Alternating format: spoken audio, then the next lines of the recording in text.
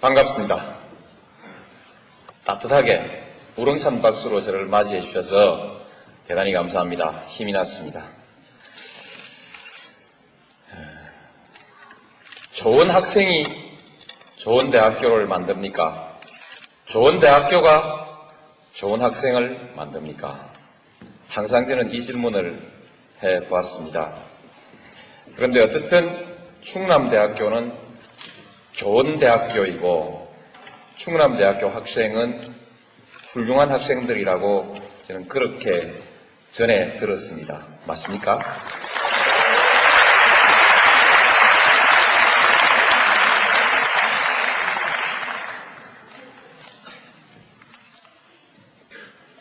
충남대학교가 좋은 대학교가 아니라도 여러분 한 분 한 분의 인격에 줄어들고 늘어나는 것이 별로 없을 것입니다. 실제에 있어서는요. 그러나 여러분들은 충남대학교 학생이라는 이유로 충남대학교가 좋은 대학교이기를 바라고 또 그 점을 매우 자랑스럽게 생각하시죠. 충남대학교가 좋은 대학교일 때 여러분도 함께 좋은 학생이 되는 느낌을 받지요. 실제로 남들도 그렇게 받아들입니다. 이제 정치가 별겁니까? 정치를 얘기하기 전에 여러분 한 분 한 분들의 소망을 한번 얘기를 해보죠. 우선 먹고 살아야 합니다. 아무리 많이 배운 사람도 아무리 잘난 사람도 먹고 사는 문제가 해결되지 않으면 날개축지가 꺾입니다. 밥 먹고 사는 것 말고 입고 또 들어가서 일하고 쉴 집이 있어야 하고 핸드폰도 있어야 하고 그렇죠? 먹고 사는 문제입니다. 거의 대부분의 사람들은 이 문제를 외면하지 못합니다. 아주 드물게 스피노자 같은 사람은 시간을 더 많이 갖기를 원했습니다. 그래서 가난을 선택하고 더 많은 시간을 선택했습니다. 그러나 보통 사람은 그러지를 못합니다. 우리는 보통 사람을 기준으로 또 생각할 필요가 있습니다. 그래서 먹고 사는 문제 걱정 없습니까? 걱정되시죠? 네. 그러나 잘 될 겁니다. 잘 되는 이유는 나중에 말씀드리겠습니다. 다음에 이제 그 문제가 해결되고 나면 안정을 원하지요. 오늘 당장 불안이 없고 나의 미래에 대해서 불안이 없고 내 아이의 미래에 대해서 불안이 없는 그런 사회를 여러분은 바랍니다. 그것이 두 번째 희망사항이래요. 그걸로 인생은 전부 다 행복해지는가? 그렇지 않은 것 같습니다. 좀 더 빛나게 살고 싶어 하지요. 좀 더 품위 있게, 좀 더 빛나게, 좀 더 멋있게, 뭐 이런 여러 가지를 할 수 있습니다. 가장 보편적이고 대표적인 것은 국가가 잘 돼 갔을 때, 마치 여러분들이 충남대학교가 잘 됐을 때 여러분들의 품격이 높아지는 것과 마찬가지로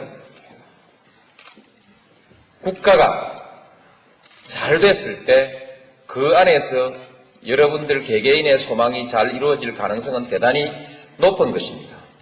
그래서 똑같은 재능을 가지고도 똑같은 땀을 흘리고도 어느 국가에서 태어났느냐에 따라서 운명이 하늘과 땅만큼 차이가 나지 않습니까? 국가가 잘 돼야 돼요. 이제는 세계화 시대가 온다고 하니까 더욱더 인류의 보편적 문제가 우리의 문제들이 돼 있습니다. 그래서 이제 우리의 문제가 해결되면 세계 질서가 우리 개개인의 삶을 충족시켜 줄 수 있는 삶의 질을 충족시켜 줄 수 있는 조건을 갖춰야 됩니다. 오래전부터 우리는 인류의 미래에 대해서 불안을 가지기 시작했습니다. 과연 얼마나 더 살 수 있을까? 얼마나 더 안전하게 살 수 있을까? 여기에서 해결되지 않은 우리 세계의 문제를 한번 짚어보면 기아와 질병의 문제, 해결이 되지 않고 있습니다. 전 세계 인구의 3분의 1이 아직도 기아 선상에 있다는 거 아닙니까? 기아와 질병. 아직도 사람들은 전쟁을 하고 싶어 합니다. 전쟁의 공포, 도덕적인 타락, 자원의 고갈, 환경의 파괴. 이런 문제들은 우리 인류가 함께 맞서서 싸우고 해결하지 않으면 안 되는 인류 사회에 대한 위협이죠. 저는 항상 이 문제가 우리의 궁극적 문제일지도 모른다 하는 생각을 하면서 정치를 해왔습니다. 제가 이 주제를 가지고 강연을 한 것은 이미 10년을 넘었습니다. 10년 이상 이 주제를 가지고 항상 강연을 해왔습니다. 이 중에 상당한 부분들이 국가 간의 이해관계의 다툼으로 해서 해결되지 않는 그런 일들입니다. 전쟁의 문제, 국가 간의 갈등입니다. 빈곤의 문제, 국가 간의 이기주의 때문에 세계에는 빈부의 격차가 심각하게 그냥 내버려져 있습니다. 이것처럼 국가와 세계의 질서가 아직도 모순되고 마찰을 일으키고 있습니다. 이와 같은 모순이 상당히 많이 해소되어 가고 있는 것을 우리는 유럽의 질서에서 찾아볼 수 있습니다. 어쨌든 상당 부분 해결돼 가는 부분이 있고 아직도 많은 문제가 남아 있습니다. 이 문제는 좀 더 먼 미래의 과제로 두더라도 당장 우리 한국의 질서는 어디로 가야 할 것인가? 한국의 문제는 또 다른 문제들이 있습니다. 이와 같은 문제들과 더불어서 여전히 우리에게 많은 과제들을 안겨주고 있습니다. 한국, 무엇을 해결해야 할 것인가? 많은 문제들을 제기하고 있죠. 여러 가지 이 중에서도 한반도의 분단이 해소되어야 된다. 그렇죠?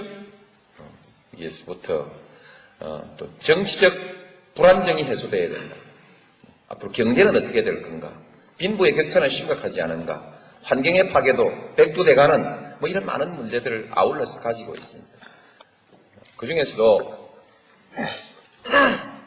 새롭게 대두되는 문제로서 물 부족 국가가 된다고 하죠. 환경의 문제입니다만 물 부족 국가 대비해야 할 겁니다. 출산율이 낮아지고 있습니다. 대비해야 하겠죠. 곧 20년 후이면은 65세 이상의 노령 인구가 14%를 넘어선다고 하고 이 사회를 노령사회라고 하는데 그때 그 노인들을 부양해야 되는 사회적 문제가 발생합니다. 여기에 대해서 준비를 갖춰야 합니다. 이런 문제들. 지금 지역 간 갈등이 심각하죠. 조만간 해소될 수도 있고 또 오래 갈 수도 있습니다. 그러나 또 다른 갈등의 문제가 있을 수 있죠. 수도권과 비수도권 사이에 있어서 잠재되어 있는 갈등, 이런 것들도 우리가 해결해 가지 않으면 안 되는 문제들입니다. 그래서 아까 인류가 부닥쳐 있는 여러 가지 문제들이 국내적으로 비슷한 형태로 나타나고 있는 문제들이 있습니다. 그래서 이제 우리 국가가 어떤 국가가 되어야 될 것이냐. 가장 평범한 것이지만 정리를 한번 해보겠습니다. 여러분들은 우리 한국이 넉넉한 나라가 되기를 바랄 것입니다. 그렇죠? 경제적으로 넉넉하고 두 번째로는 우리의 삶의 질이 높은 사회가 되기를 바랄 겁니다. 쾌적한 환경, 품위 있는 문화 이런 것들을 바라겠죠. 몇몇 사람만 떵떵거리며 잘 사는 나라가 아니라 우리의 경제적인 여유를 모두가 나누어서 함께 누리는 사회. 그죠? 누구는 따뜻한 사회라고 얘기합니다. 맞다고 생각합니다. 따뜻한 사회. 소위 연대의 가치가 존중되는 사회. 그런 사회가 좋겠죠.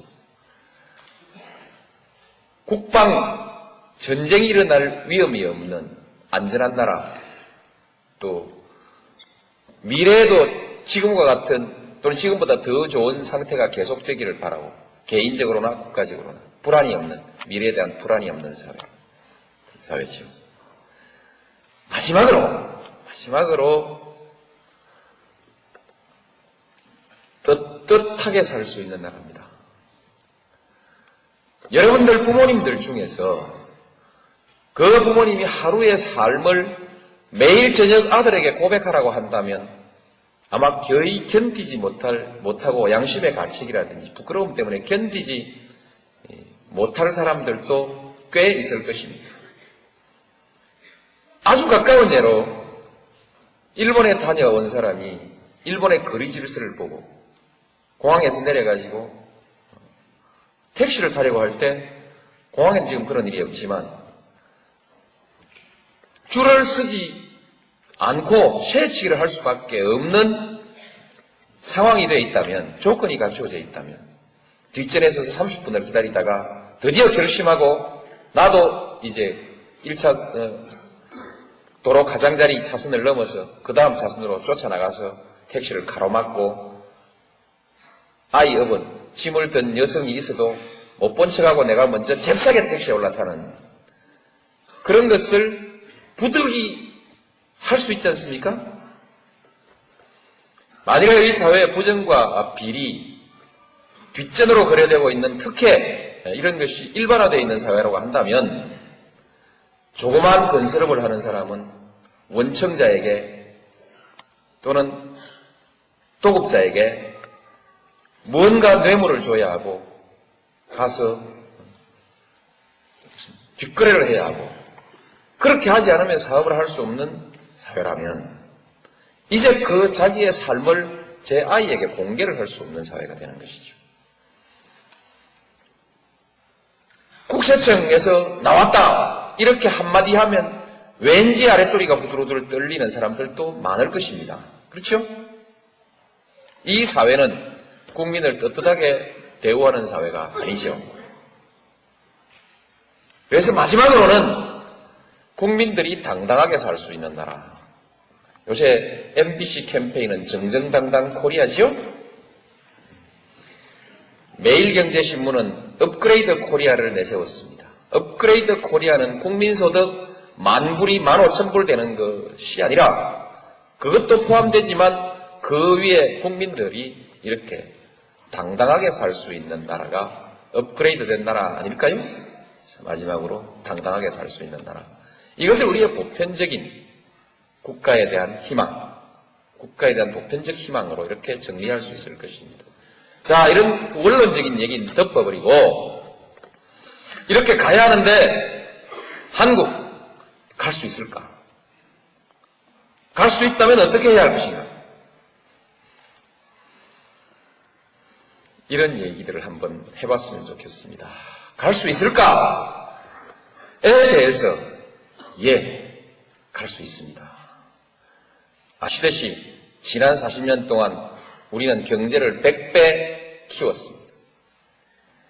여러 가지 시비가 있지만 어떻든 이것은 세계에서 많은 세계인들이 눈을 둥그랗게 뜨고 놀라는 위대한 업적입니다.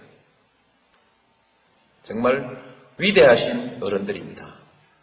세계 최고의 업적을 남기신 어른들. 지금 그 어른들을 우리가 충분히 대접하고 있지 못하죠. 객담을 한마디 쓰겠습니다. 짐승도 제 새끼는 사랑할 줄 압니다.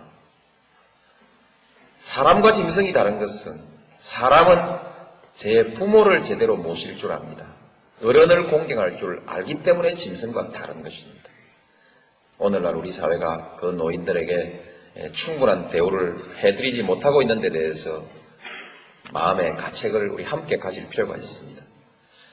여튼 제가 격까지 말씀을 드렸습니다만 요컨대 우리는 위대한 실적을 가지고 있는 국민들이다. 이게 다 정치인들이 정치를 잘한 덕분 아닙니까?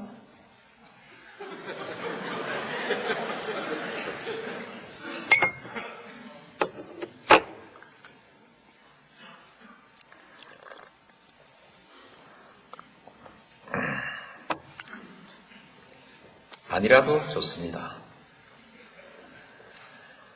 정치인들이 정치를 잘하지 않았다 하더라도 한국의 정치 수준은 어느 수준이냐? 적어도 지금까지는 세계 인류입니다. 무엇이 지금의 민주주의 수준, 정치 수준이 세계 인류가 아니라 발전 속도에 있어서 세계 인류라는 것입니다. 우리는 1945년 8월 15일 식민지로부터 해방됐습니다. 그 시기 전쟁이 끝나고 식민지에서 해방된 많은 나라들 중에서는 한국이 그래도 기죽났다. 기죽났다. 박수 한번 치는 겁니다. 이럴 때는.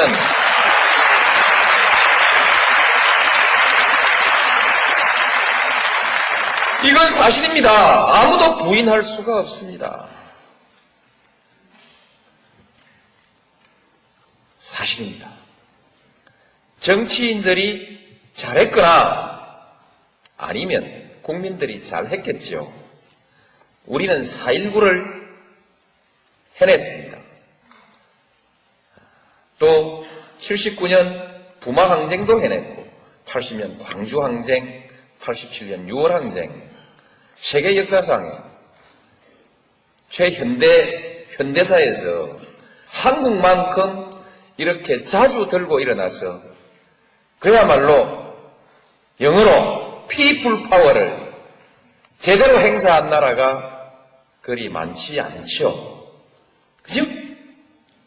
대단한 나라입니다. 대단한 국민들이죠. 이제 듣고 보니까 정치인들이 잘한 게 아니고 국민들이 잘한 것 같습니까? 어떻든 쉬십시오. 한 번 더요. 네, 국민들. 여러분들의 형님들에게, 여러분들의 아버지에게, 여러분들의 할아버지들에게 박수를 보내야 합니다. 정말 잘한 것입니다. 저도 그렇게 해서 여기까지 왔습니다. 앞으로 잘 갈 거냐? 잘 갈 수도 있고 잘 못 갈 수도 있습니다. 잘 갈 수 있는 조건, 지금 동북아 시대가 옵니다. 외부적 환경으로서 동북아 시대가 옵니다. 지금 중국, 일본, 한국을 둘러싼 약 7억 명, 중국 저 먼 데까지 하면은 15억을 넘는 인구를 동북아시아가 가지고 있습니다. 이 인구는 7억만 하더라도 서울에서 반경 1200km로 콤파스를 그려서 그 안에 들어있는 7억만 하더라도 미주 대륙, 북미 대륙과 유럽의 인구를 합친 것만큼 큰 인구죠. 거대한 시장입니다. 또한 거대한 생산 공장이 될 수도 있습니다. 막대한 자원을 아울러서 가지고 있습니다. 인적 자원과 자연 자원들을 가지고 있습니다. 여기는 아직 개발되지 않았습니다. 이곳이 세계에서 마지막 남은 가장 역동적인, 가장 투자자들이 군침 흘리고 있는 투자 지역입니다. 제대로 하면 이곳은 경제가 불꽃처럼 일어날 곳입니다. 단 조건이 있습니다. 평화가 정착되어야 됩니다. 평화 구조가 정착되고 그 안정 위에서 번영이 일어날 수 있는 것입니다. 유럽처럼 상호 간의 교류가 활발해지고 협력하고 또는 여러 가지의 경제 거래 규범들이 통합되어야 됩니다. 표준이 통합되어야 됩니다. 이렇게 통합이 이루어질 때라야 여기에 번영이 오는 것이죠. 제일 첫 번째 조건으로서 평화와 안정, 이것을 선택할 수 있는 키를 가진 사람들이 누구냐? 남한과 북한입니다. 그렇죠? 남북한입니다. 남북한이 마음먹고 딱 악수하고, 그래서 그 악수를 보고 세계인들이 저거 맞다, 이젠 평화가 왔다 라고 생각할 때부터 한반도의 활력이 먼저 생기기 시작할 것입니다. 한반도의 평화는 바로 동북아시아의 평화와 안정을 의미합니다. 벌써 한중일 3국 간의 자유무역까지도 논의하고 있지 않습니까? 또 동북아 경제협력기구를 벌써 논의하고 있지 않습니까? 저도 비전으로 제시하고 있습니다. 동북아 개발은행을 얘기하고 있죠. 또한 한, 북, 러시아를 포함한 철도공사를 얘기하고 있습니다. 시베리아 가스 개발에 관해서는 유럽의 자본이 대기하고 있습니다. 파이프라인이 연결되면 아마 부산까지 내려와서 또는 포항점 와서 일본으로 바로 건너가는 가스 라인이 만들어질 수도 있습니다. 대단한 변화가 우리 앞에 기다리고 있습니다. 남북한이 마음먹으면. 물론 일본, 미국, 중국, 러시아가 다 함께 협력해야겠죠. 이런 가능성을 가지고 있습니다. 마음 잘 먹고 우리가 잘하면 이거 할 수 있거든요.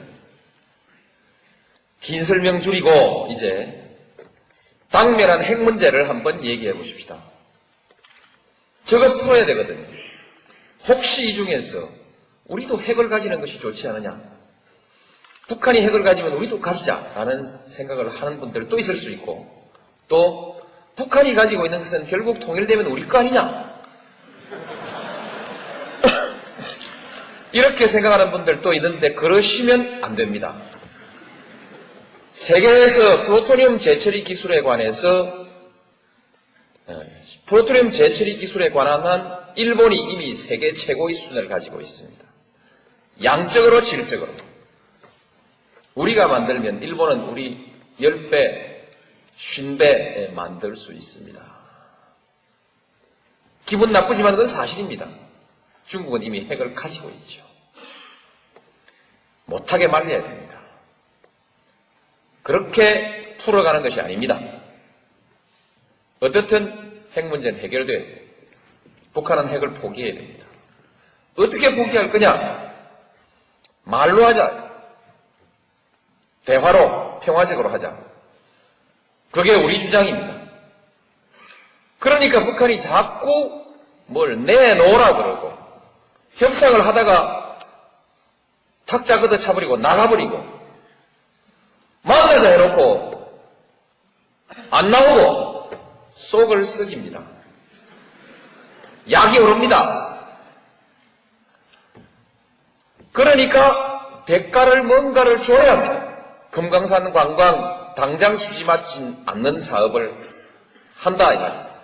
10년, 20년 뒤에는 아주 수지 맞는 장사일지 모르지만 지금 당장 수지 안 맞는 장사를 이어나가는데 이것은 20년 뒤를 내다본 장기 투자이거나 아니면 남북 간의 평화를 구축하기 위해서 평화의 대가로 지금 지불하고 있는 돈이다. 억울하단 말이죠.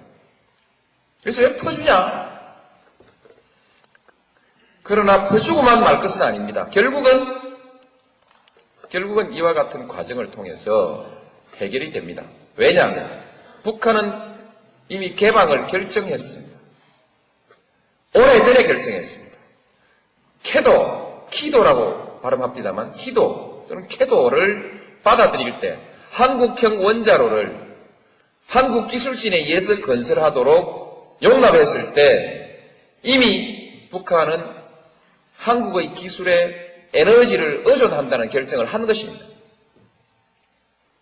그렇죠? 전쟁할 생각이 있으면 그렇게 못하는 것이죠. 그때 결정했고 지금 신의주, 개성공단, 철도 연결 이 모든 것들이 개방해야 살겠다는 것을 확실하게 확인하고 이제 개혁하고 개방하겠다는 뜻입니다.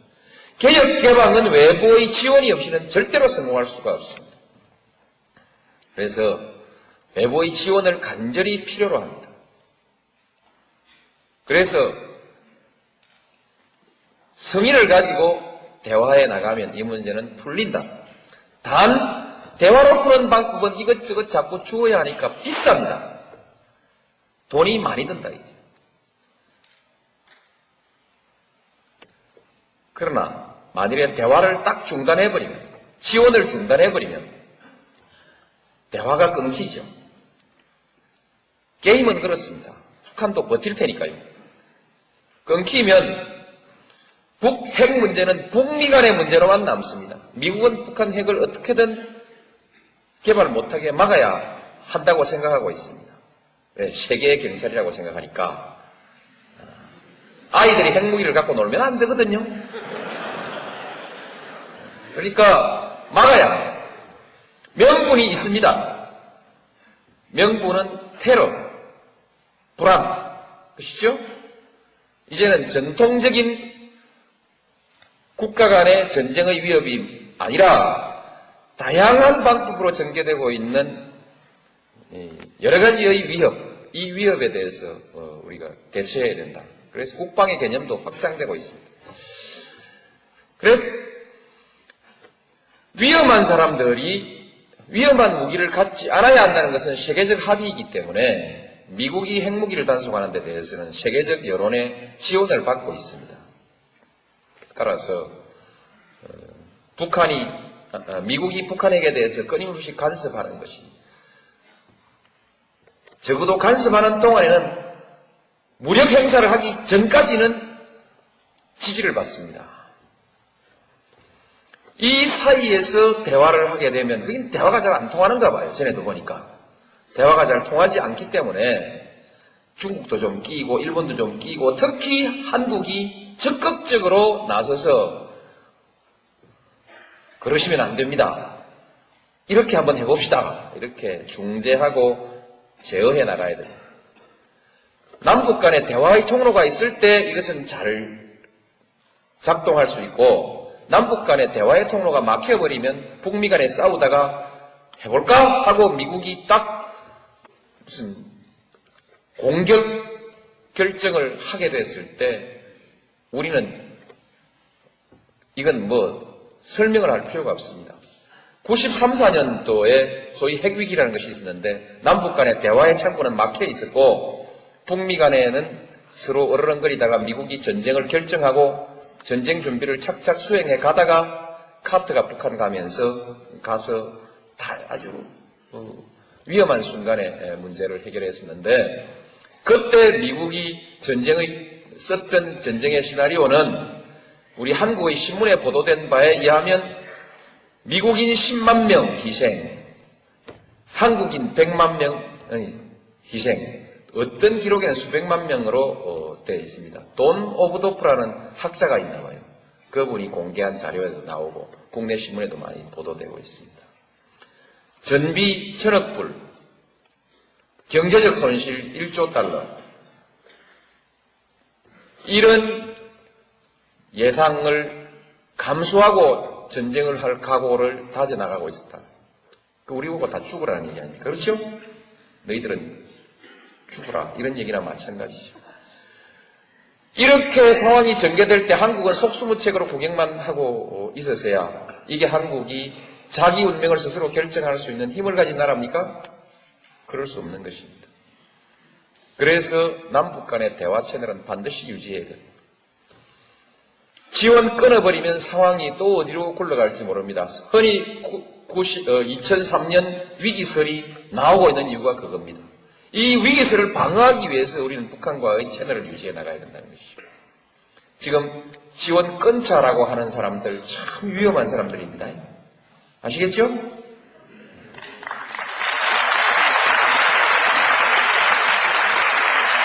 쉽게 말해서 전쟁 불사론자들이죠. 예? 전쟁 불사론자들. 전쟁 나면 자기들은 절대 안 다칠 겁니다. 재빨리 해외로도 갈 수 있고.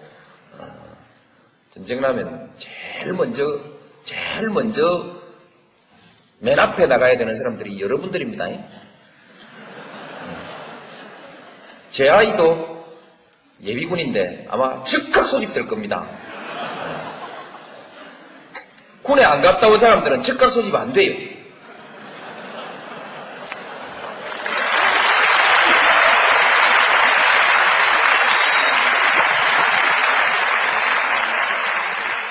강경책도 하나의 수단입니다. 외교 수단으로 아주 유효합니다. 그러나 그 강경책이 성공하면 값싸게 해결되는 것이지만 실패하면 말하자면 다 들어먹는다. 그렇죠? 다 죽는다 이 말입니다. 그래서 강경책은 함부로 쓸 수가 없습니다. 우리가 온건책으로 갈 수가 없습니다.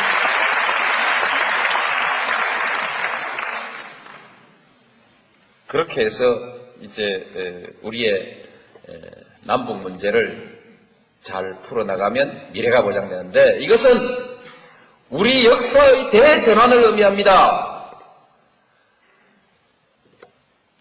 만일에 남북 간에 긴장이 있고 북한이 자꾸만 무장을 강화하게 됐을 때 일본은 군비를 강화할 수 있는 명분을 가지고 일본의 강경파, 일본의 극우익들이 큰 소리를 내게 됩니다. 그렇게 됐을 때 일본이 군비를 강화하면 중국은 가만히 있을 수 있습니까? 중국도 군비를 강화하게 되고 일본과 중국 사이의 군비 경쟁이 격화됐을 때 한국은 어떻게 합니까? 우리도 해야죠. 그런데 아무리 해봐도 돈으로 따져보나 인구로 따져보나 이게 대책이 않습니다. 한국 사람이 아무리 유능해도 정치적, 지리적 조건이 그렇게 만들어져 있으면 도리 없이 눈치를 보는 나라가 될 수밖에 없습니다. 우리 한국 사람이 못나서 중국 대륙의 왕조가 바뀌었을 때 한국의 왕조가 따라 바뀌고 중국 대륙의 왕조가 바뀌면 한국의 정변이 일어나는 역사를 감수했겠습니까? 못나서 감수한 것이 아니라 정치적 조건이 그렇게 돼 있기 때문에 감수해 왔습니다. 일본이 해양 세력으로 편입되면서 소위 서양 세력으로 편입되면서 등장하니까 이제 중국과 일본 사이에 끼어가지고 이쪽에서 줄 서자 저쪽에 줄 서자 마치 오늘날 우리 민주당의 일부 국회의원들처럼 어디 줄을 설지 몰라가지고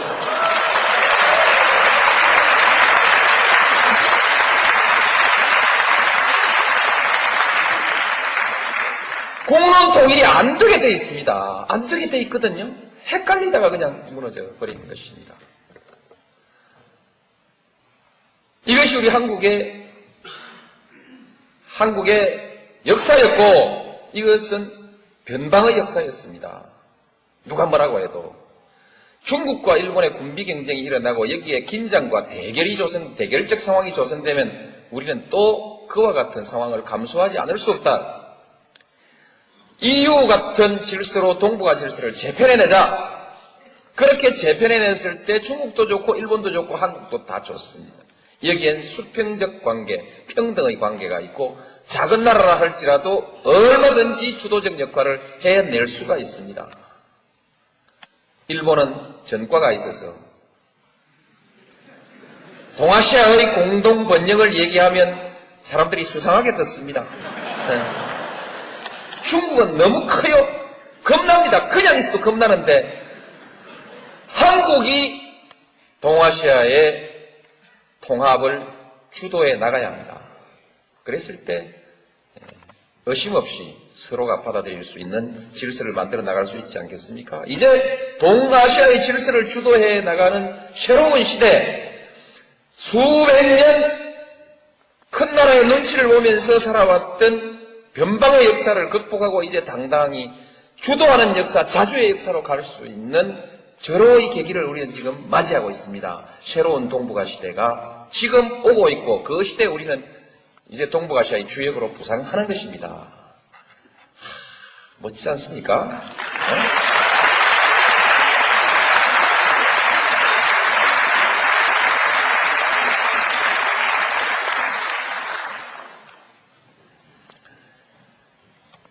이제 참 시간이 아쉽네요. 지역 갈등이 있습니다. 정치적 지역 갈등. 이건 노무현이 대통령이 되는 것으로 해결의 출발점에 서게 되고 제가 해결하겠습니다. 지난 12년간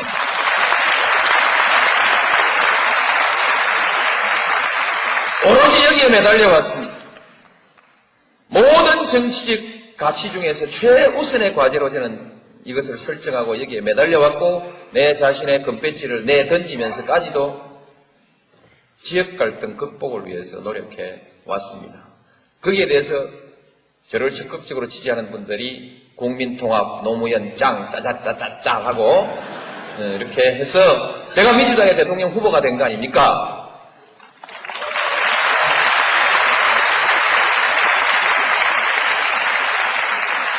이것만 가지고 또 1시간 얘기거리가 있지만 접어놓고 넘어갑시다. 지역 갈등 해결되고 나면 해결 다 되냐? 노사 갈등도 있죠. 이것도 생략하고 넘어갑시다. 넘어갈 수 있습니다. 우리 신계륜 의원도 이 앞에 계시지 않습니까? 그죠? 노사 갈등 문제 신계륜 의원한테 제가 맡길 거니까 그냥 맡깁니다.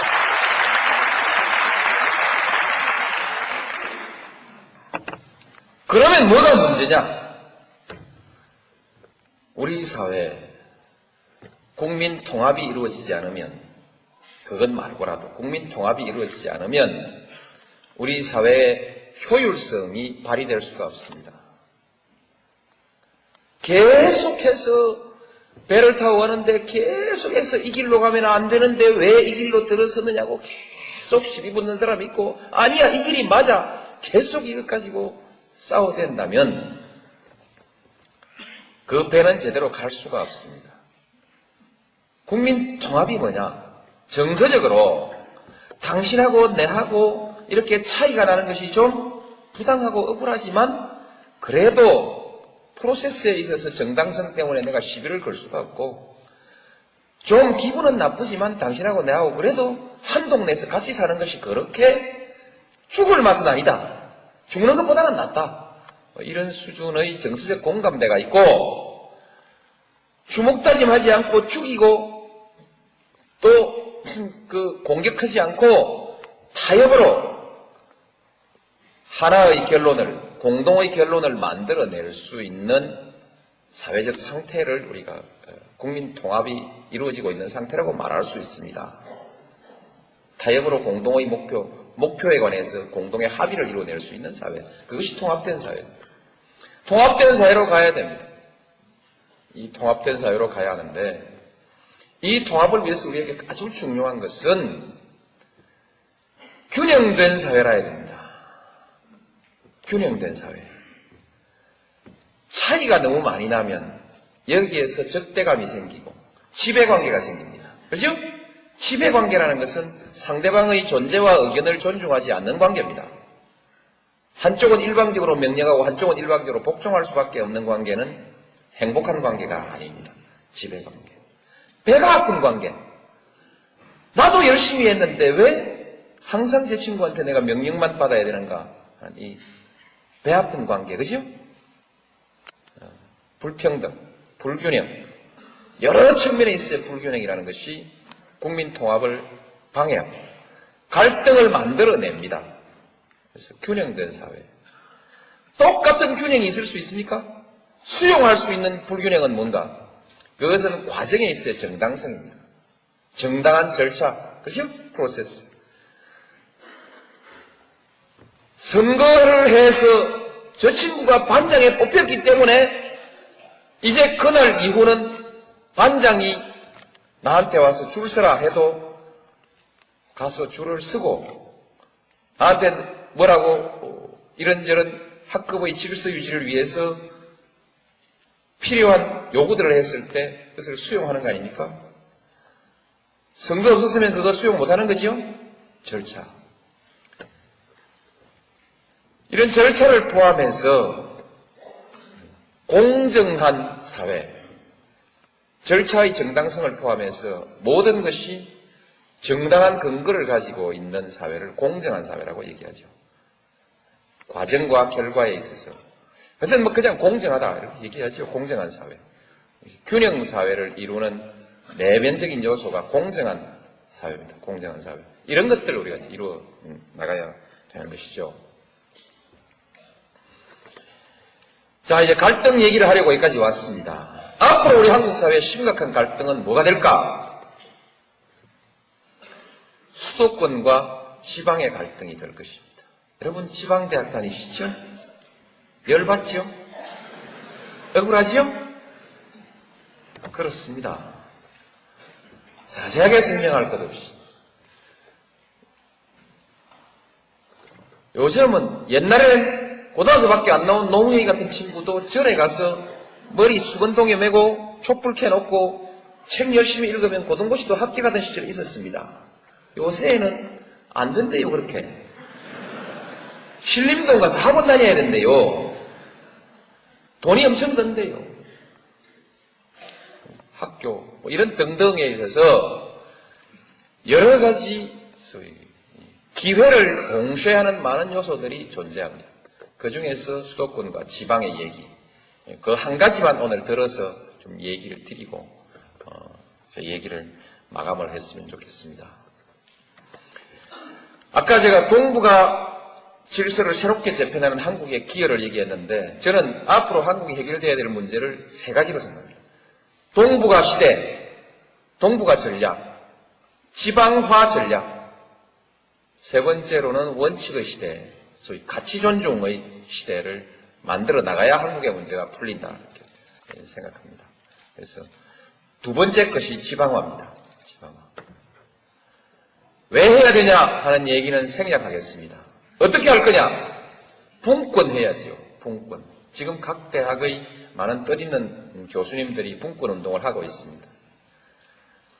권한을 넘겨줘야 됩니다. 입법권의 상당 부분을 넘겨주어서 예를 들면 세율을 적용할 때 탄력 세율을 적용해서 법인세를 지방자치단체가 결정해서 법인세의 세율을 조정할 수 있는 시스템까지를 만들어줘야 됩니다. 조직을 하는 데 있어서 지방자치단체가 거의 전적인 자율권을 가져야 됩니다. 조직권, 인사권 이런 문제죠. 자치조직권, 자치입법권 물론 가져야 이런 것을 통해서 지방의 독자적인 전략을 쓸 수 있도록 해줘야 된다. 이것을 분권과 자치권의 확대라고 얘기합니다. 돈이 제일 중요하지요. 지금 몇몇 세목들을 지방자치단체가 주어놨는데 부동산에 관련된 세금이 자치체 수입에 대종을 이루니까 가장 중요한 세목이 되니까 마구 땅을 개발합니다. 개발해가지고 세금 거두려고 하는데 그러니까 무리가 생기죠. 그러지 말고 그냥 보통 우리 동네 와서 사업자라면 거기서 법인세도 좀 붙일 수 있고 소득세도 좀 붙일 수 있고 그래서 거의 중요한 모든 세목에 일부는 국세로 일부는 지방자치단체의 수입으로 이렇게 세목을 편성해 주어서 돈을 거둘 수 있게 해주고 이것은 오히려 세원이 확충된다는 것보다는 그 세율을 가지고 그것을 인센티브로 활용해서 기업들에게 우리 동네로 오시오라고 이렇게 정책을 쓸 수 있는 유인할 수 있는 자료로서 쓸 수 있게 해줘야 됩니다. 지금 중앙정부에서 지방으로 이전하고 있는 재원 중에서 중앙정부 예산의 절반이 지방으로 이양하고 있는 재원인데 요거는 무슨 문화원 짓는 데 쓰라, 요거는 무슨 보육원 짓는 데 쓰라, 이거는 무슨 병원 짓는 데 쓰라 이렇게 하나하나 지정을 해주니까 그거 따오는 맛에 돈 많은 지방자치체는 별로 필요하지도 않은 것을 마구 만들고 돈 없는 지방자치체는 자기 낼 돈이 없어가지고 그걸 따오지 못하고 이렇게 해서 불합리한 일들이 많이 생깁니다. 그래서 무대기로 돈을 그냥 넘겨줘라. 좋죠? 무대기로 그냥. 세목을 적지 말고 넘겨줘라.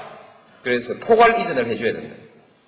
해주고 그래도 부자 동네는 세금이 많이 거치고 가난한 동네는 세금이 덜 거치기 때문에 그것 말고도 지방재정형평기금을 만들어서 가난한 동네는 더 밀어주고 부자 동네는 덜 밀어주자. 그러면 가난한 동네는 전부 받아먹기만 하려고 열심히 안 하면 어떡하냐. 지방사업을 벌릴 때 지방사업의 타당성과 효율성을 평가해서 잘된 데 더 보태주자. 이 이원적인 기준으로 지방을 지원해야 합니다. 그래서 분권과 자치재정을 확대해주는 획기적인 개혁이 있어야 되고 두 번째로는 지방대학을 집중적으로 육성해야 됩니다. 집중적으로 지원해야 됩니다. 그래도 감이 안 옵니까? 왕창 지원해야 됩니다.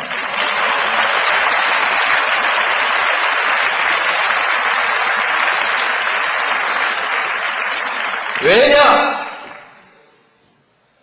손의 시대에서 머리의 시대로 간다나요? 그렇죠? 지식 기반 사회라는 게 그것을 의미하지 않습니까? 한국에는 특히 고학력 인구가 많기 때문에 지식 기반 산업에 많은 일자리를 만들어내지 않으면 안 됩니다. 그런데 이게 전부 서울로 다 집중되어 있습니다. 어떤 대기업 보고 왜 본사를 지방으로 한번 옮기지 않느냐고 했더니 거기엔 사람이 없대요. 지방대학 나온 사람 많이 있지 않냐고. 제가 물었더니 말고 박사급 인재들이 지방에 가서 안 산대요. 왜? 아이들 교육시키기가 어렵고 문화적 여건이 좋지 않고 그러므로 난 가기 싫다. 안 내려가니까 박사급을 데리고 못 가니까 대기업의 연구실 같은 것이 지방 가가지고는 제대로 안 되니까 못 내려가는 거야. 여기에다가 무슨 세금 조금 깎아주고 내려와라 이런 걸로 되는 시대가 아닙니다. 따라서 지방의 교육 여건, 문화 여건을 만들어야 되는데 이게 돈이 많이 들죠. 그러니까 제일 첫 번째 어디서 시작할까? 대학에서 시작해야 됩니다. 대학교에 집중적으로 지원하면 대학교에서 우수한 인재가 나오게 됩니다. 그냥 우수한 인재가 나오는 것이 아니고 그 지방의 산업과 적합하게 결합된 인재를 만들어내는 것입니다. 그리고 그 지방의 연구 개발을 대학이 주도해 나가도록 만들어야 됩니다. 그렇게 하고 그 다음에 그것을 통해서 우리 지금 연구개발비가 효율성이 낮다고 합니다. 이것을 높이기 위해서 지방의 산업과 연구소와 대학을 결합시켜내는 산학연 네트워크 연구 시스템들을 만들어야 된다는 것이 국무총리실에서 연구를 하다가 중단하고 지금 덮어놔 버렸는데 이거 도로 끄집어내갖고 연구를 시킬 겁니다. 시켜서 그렇게 해서 연구개발비의 효율을 높여나가면서 지방대학을 육성하고 여기에 지식기반 사회의 근거를 마련하고 그 다음에 지방대학과 지방의 언론과 지방정부, 지방의 시민사회가 서로 협력체계를 만들어서 우리 도시의 미래를 어디로 끌고 갈 것이냐에 대해서 함께 연구하고 그 도시의 비전을, 그 지방의 비전을 스스로 만들고 제시할 수 있게 해줘야 된다는 것입니다. 지방이 제일 취약한 것이 스스로의 비전을 만들어낼 수 있는 기획 기능이 약한 것입니다. 이것을 갖지 않으면 밤낮 그냥 대학은 대학대로 서울한테 한 푼 주라, 돈 더 주라, 무슨 지방정부는 지방정부대로 돈 더 주라, 여기 다리 더 놔주라, 맨날 이렇게 해야 됩니다. 무대기로 왕창 달라라고 얘기할 수 있는 독자적인 종합적 지역발전 계획의 프로젝트를 못 가지고 있으면 밤낮 그렇게 얻어먹다 볼일 다 본다 이 말이죠. 스스로 무대기 돈을 받아서 효율성 있게 지방을 발전시킬 수 있는 기획, 이것이 아주 중요합니다. 누가 아무나 할 수 있습니까? 대학에서 해야지. 그렇죠? 대학에서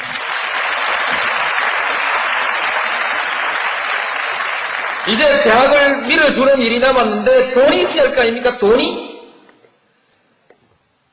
지금 대체로 한 2조 정도 되고 있는 국립대학 지원금이 주로 지방에 다 가고 있습니다. 더 줄 돈이 없어요. 별로.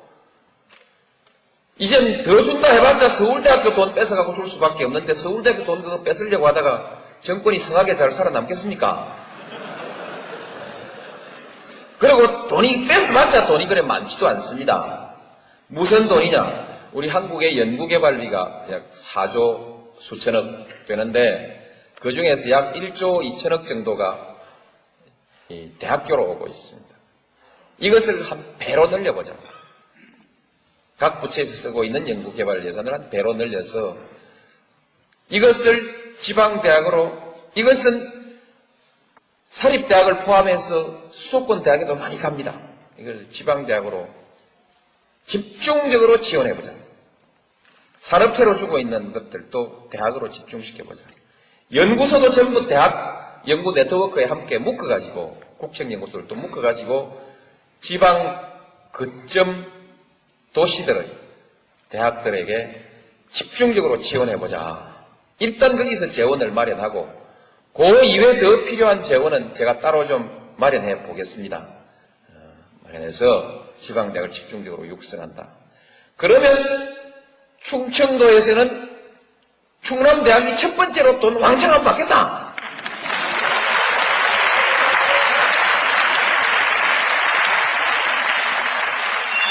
그리 되면 안 된단 말입니다.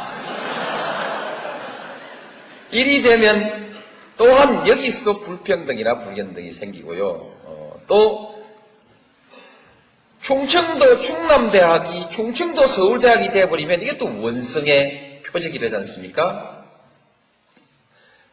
학교별로 여러 가지들의 특성 있는 학과들을 선택하고 또 우수한 교수님들이 상호 연계해서 네트워크를 형성해서 컨소시엄을 하든지 이런 방식으로 해서 각기 특성 있는 것으로 해서 어느 하나의 특정 분야에 관한 하는 다른 대학의 연구 역량까지를 다 모아서 키우고 서로 교환하는 거죠.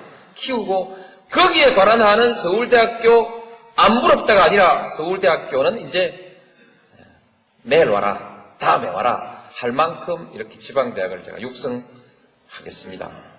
육성해서 그렇게 해서 지방대학을 육성한다. 그것이 그냥 대학의 육성이 아니라 그 도시의 발전을 담보하는 것으로 그렇게 저는 계획하고 있습니다.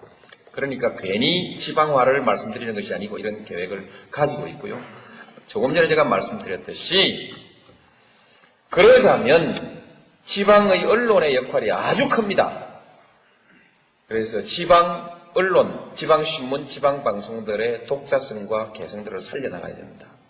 그래서 중앙신문에 지방신문이 잡아먹히는 것을 막아야 됩니다.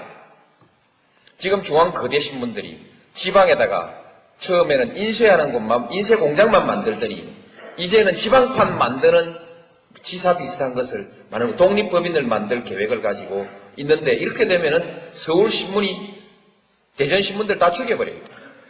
대구신문 다 죽여버리고 부산신문 다 죽여버리고 독점돼버리면 한 사회 문화가 획일화돼 버리지 않습니까? 획일화돼 버리면 큰일 납니다. 획일화된 사회는 화석처럼 굳어버립니다. 상상력에 빈곤이 생기고 창의력이 쪼그라들죠. 그래서 안 됩니다. 그래서 지방 언론 살려야 됩니다. 지방신문 스스로도 잘해야 되겠지만 살려줘야 돼요. 방송도 지방방송이 살도록 해줘야 됩니다. 그래서 지금 서울 지상파 방송의 재전송 문제에 대해서 지금 방송사가 싸우고 있는데 이것은 단순히 방송사끼리의 밥그릇 싸움이 아니라 지방 문화의 다양성을 살릴 거냐 살리지 않을 거냐라고 하는 우리 시대의 정책과 맞물려 있는 문제이기 때문에 이건 대단히 중요하게 다뤄야 됩니다. 이제 이쯤 되면 대전의 신문과 대전의 방송은 노무현 편을 좀 들겠죠?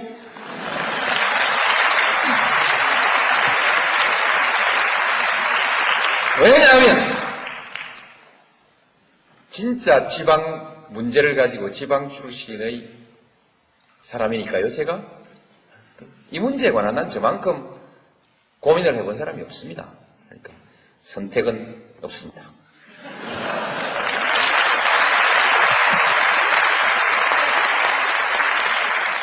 그래서 고민 끝에 제가 오래전부터 분산을 위해서 행정수도 지방 이전을 얘기했었는데 이제는 지방의 시각을 가지고 지방을 살려내기 위해서는 행정수도를 지방으로 옮겨놓고 지방의 눈으로 국가행정을 한번 해봐라.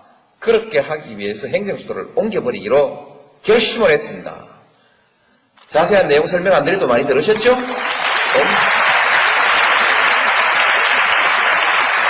그 행정수도가 어디에 갈지 모르지만 제 생각에는 대체로 충남대학에서 30분 거리 정도에 있어야 된다고 저는 그렇게 생각하는데 이런 거 없습니까?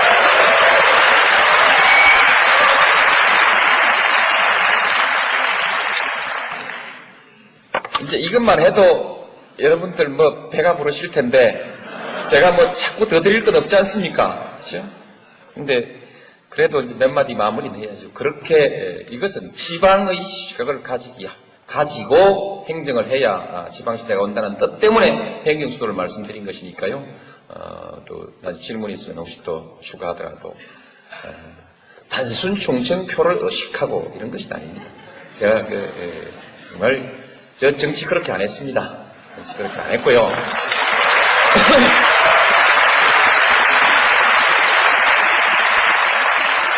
마지막으로 가치의 시대 한 가지만 딱 제 얘기를 하고 마무리를 하겠습니다. 이 일을 해나가는데 한 사회가 아까 말씀드린 대로 통합되어야 됩니다. 어떻게 통합되느냐? 너와 나의 이해관계가 일치하는 데서 통합되는 것이 제일 쉽습니다. 그러나 이해관계는 이제 아마 수백, 수천, 수만 가지로 서로 찢어져 있습니다. 이해관계를 전부 원칙 없이 조절할 방법이 없습니다. 한 시대에서 오늘의 이해관계, 내일의 이해관계, 이것도 또 다릅니다. 사람들은 수천 년 이렇게 살아오면서 지혜를 가지고 원칙이라는 것을 만들었습니다. 그렇죠? 원칙, 규범. 그것은 다양한 이해관계를 하나로 포괄해서 가장 공통의 이해관계를 하나의 기준으로 만들어 놓고 그것이 우리의 원칙이다 이렇게 하는 거 아닙니까? 원칙. 그 원칙 중에서 가장 중요한 것이 정의가 이겨야 한다는 것입니다. 어떻습니까? 그래서 정의가 이겨야 한다. 정의가 이기자면 그 시대를 살고 있는 사람들의 마음속에 가치를 존중하고 가치를 지향하는 옳은 것을 지향하는 갈망이 있어야 된다. 앞으로 한국이 제대로 되느냐 안 되느냐의 마지막 얘기는 여러분들 가슴 속에 정의감이 있느냐, 정의가 이겨야 된다는, 정의가 이기도록 해야 된다고 하는 결의가 서 있느냐. 정의가 무너진 사회에서는 어떤 번영도 있을 수 없습니다. 어떤 번영도 갈등과 대립과 투쟁으로 다 무너질 수밖에 없습니다. 그래서 가치를 소중하게 생각하고 가치를 추구하고 정의가 이기는 사회를 만들기 위해서 노력하는 사회. 한국은 특별히 기회주의가 승리하고 행세해온 사회입니다. 일제에 붙었던 사람들, 재빨리 미국에 줄 섰던 사람들, 재빨리 독재에 줄 섰던 사람들. 그렇죠? 공부깨나 한 사람들이 전부 거기에 빌붙어가지고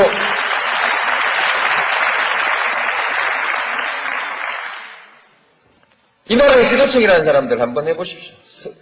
국무총리를 시키려고 사람을 찾아보니까 과거가 깨끗한 사람이 없어. 그렇죠? 들었다 놔버렸어. 안 되겠어. 또 한 사람 모셔와가지고 또 해보니까 또 아니야. 버리. 세 번째 또 모시고 왔는데 여기도 문제가 있어요. 문제가 있지만 이러다가 국무총리 자리 비워놓을 파이 되니까 막 미안합니다. 그렇게 얼마나 여러분 생각해 보십시오. 부끄러운 나라입니다. 에? 부끄러운 그들이 대법원 판사, 에? 그들이 대학 총장. 우리가 너무 까다로웠는지 모르지만 근데 대통령 후보 하겠다는 사람들은 훨씬 더 큽니다.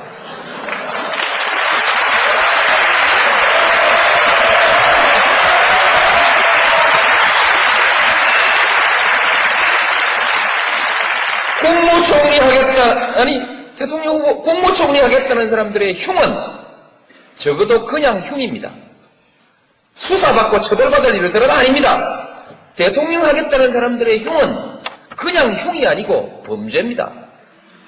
좋습니까? 제대로 된 일을 하면 제대로 수사받고 제대로 처벌받아야 되는 거죠. 검찰이라는 사람들이 허지부지 덮어버려요. 예? 덮어버려. 대통령은 힘 다 빠졌는가 봐.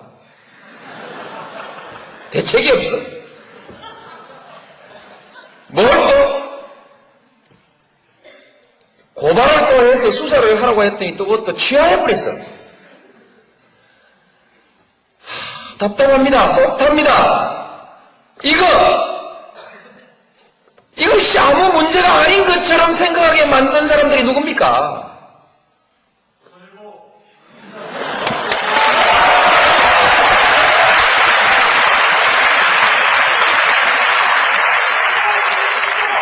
이거 개혁해야 됩니다. 누가 어떤 방법으로 하는지에 대해서는 비밀입니다.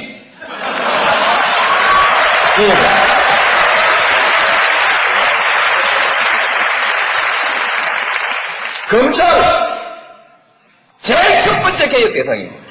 국민의 정부가 실패하는데 결정적으로 기여했습니다. 국정은 줄줄 흘리고 다녀요. 줄줄 흘려. 예? 국가기강 이게 말이 아닙니다. 지도자가 당당할 때에 이 기강을 잡을 수 있습니다. 떳떳한 대통령, 당당한 대한민국 한번 만듭시다. 감사합니다.